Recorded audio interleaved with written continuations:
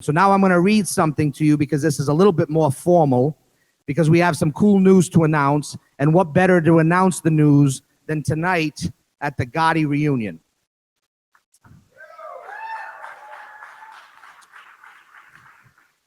So my name is Michael Mota. As the co-founder and CEO of VirtualCons, I am most pleased to announce that our company, in association with Vision Studios, is set to begin a production on a major film, Gotti II.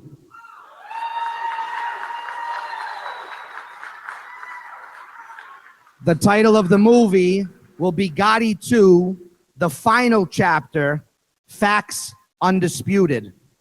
And this will be the long-awaited sequel to the 1996 multiple Primetime Emmy Award-winning Gotti.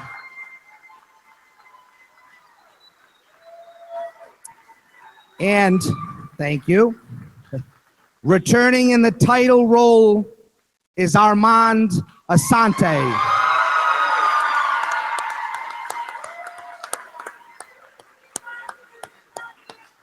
He's the celebrated actor who took home the Outstanding Lead Actor in a miniseries or a special Emmy for his powerful, moving portrayal of John Gotti. I am proud to inform you that Armand serves as our chairman of the board for VirtualCons.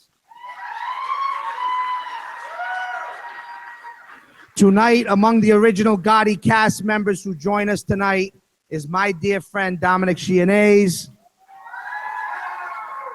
and William Forsythe. And who knows, maybe they'll be in the new movie, we'll see. Gotti II, the final chapter, Facts Undisputed, will be written by Nick Vallelonga, co-writer and producer of The Green Book, who received Best Original Screenplay and Best Picture Academy Awards for his contributions to the unforgettable and already iconic film, and George Gallo, writer of Midnight Run, starring Robert De Niro.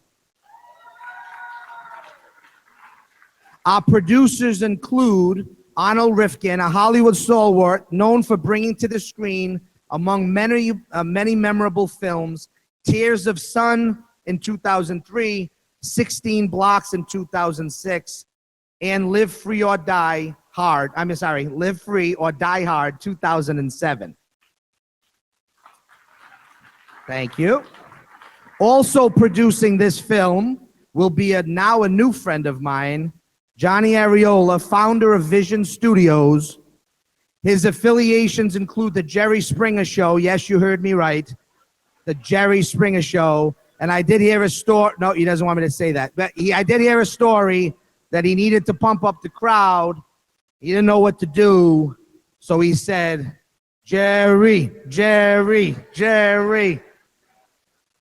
The Ellen DeGeneres Show, Windy City Live, and sports entertainment for Don King Boxing, HBO, and Telefatora.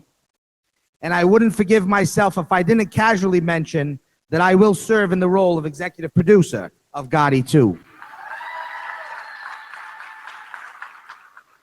Finally, oh, here he is. Here's John. Say hi to John. I had to come up. As long as you're talking about me, I had to come up. But I got to say, Bill, what's going on? I haven't seen you since Chicago in a while. But anyway, we'll talk about that. How about this guy to put on this event tonight, guy? Amazing, amazing, amazing. So when I did the Jerry Springer Show, and he's talking about, I talked about doing Jerry, and I was like, Jerry, Jerry. I was a young guy, 21 years old, and the executive producer, who was like the biggest guy in the world to me, I needed to impress him. And he's like, get the audience going, get the audience going. It's like, I don't know how to fucking get the audience going. You know, I had no fucking clue. So, but they didn't listen to me, and they're all, you know, they're talking in the audience, and the audience is going back and forth, the guest on stage. And I went, I don't know what to do. He goes, just get him going. And I went, Jerry, Jerry. Haunts me for the rest of my life. Anyway, love VirtualCons, and we can't wait to make the movie with Armand and everybody here. But anyway, thanks for I'm glad we're a part of it. Michael, you're the best. Your whole team is the best. You guys are awesome. You guys rock it. You guys rock it. Round of applause for Johnny. I hate to tell him, he was 21. I was like 5 at the time, but that's all right.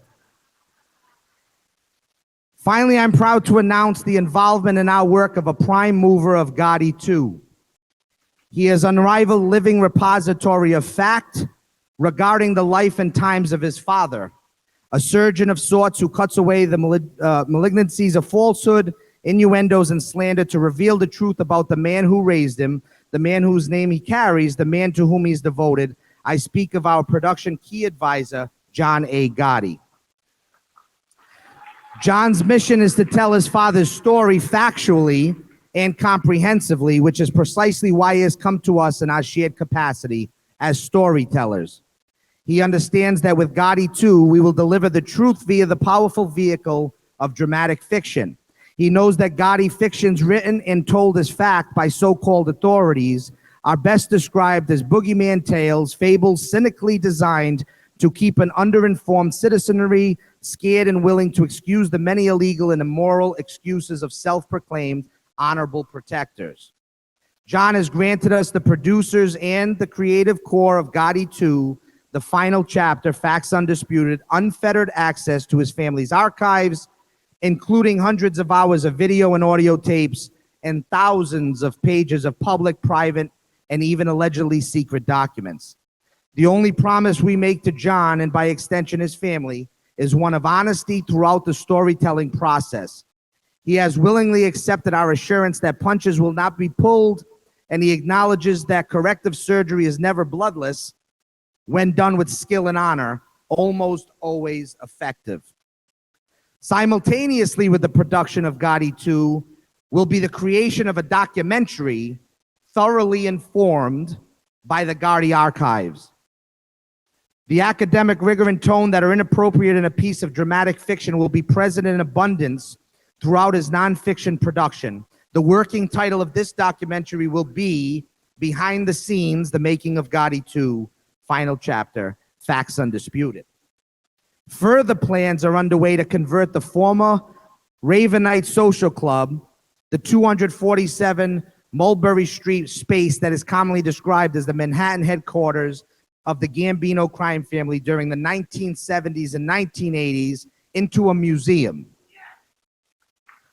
Okay. I think he's excited.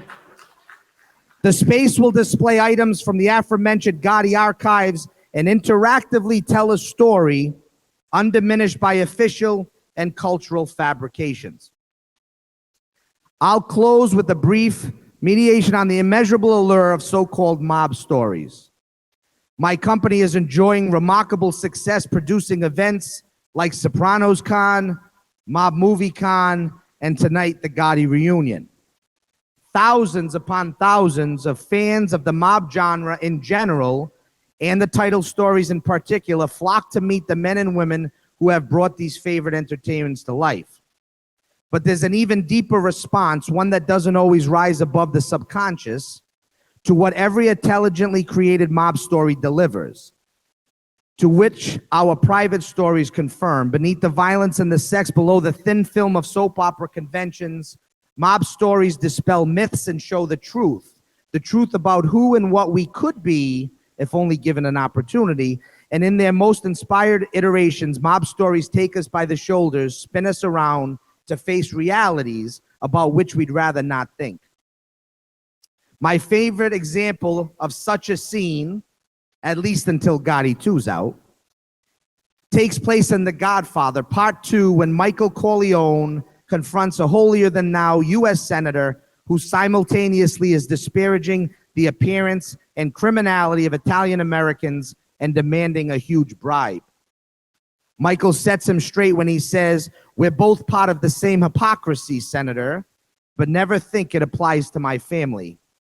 I join with my fellow travelers on the Gotti II journey when I state that when all is said and done, we are international audiences will have been moved to deep thought and bold feeling, which is to say we will have been educated and entertained. What happens next, my friends, is up to us. I thank you very much from the bottom of my heart. We are so excited for this journey that we're about to undertake. I'm so happy that Armand Assante has become a chairman of our board, but even more, I'm so happy that he's become my friend, and I cannot wait for this journey, and VirtualCons is gonna kick some serious ass. So without further ado, let's go to the Gotti reunion. I'll see you guys all around. I'm very excited. Thank you very much. God bless. Jindan.